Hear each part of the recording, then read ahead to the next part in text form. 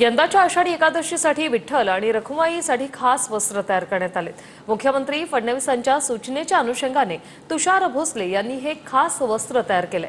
रुक्मिणी मातेसाठी खास पैठणी साडी तयार करण्यात आलेली आहे।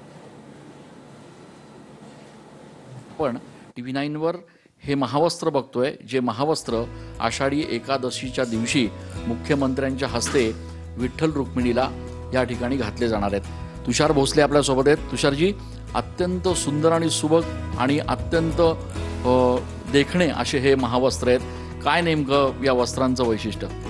महाराष्ट्राचे मुख्यमंत्री माननीय देवेंद्रजी फडणवीस हे सपत्नीक आषाढी एकादशीला महाराष्ट्राच्या 12 कोटी जनतेचे प्रतिनिधी म्हणून महापूजा करणार आहेत आणि त्यांच्या दुसऱ्या कार्यकाळातली ही पहिली महापूजा आहे। म्हणून त्यांच्या वतीने पांडुरंग आणि रुक्मिणी मातेसाठी हा खास पोशाख आपण तयार करून घेतलाय।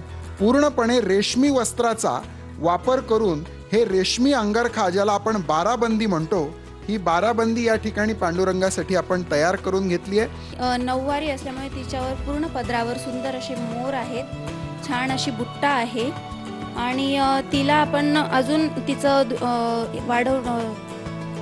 सौंदर्य वाढवण्यासाठी आपण तिला लेस लावून घेतलेली आहे। कॅमेरा पर्सन आकाश येवलेसह मी चंदन पूजा अधिकारी, टीव्ही 9।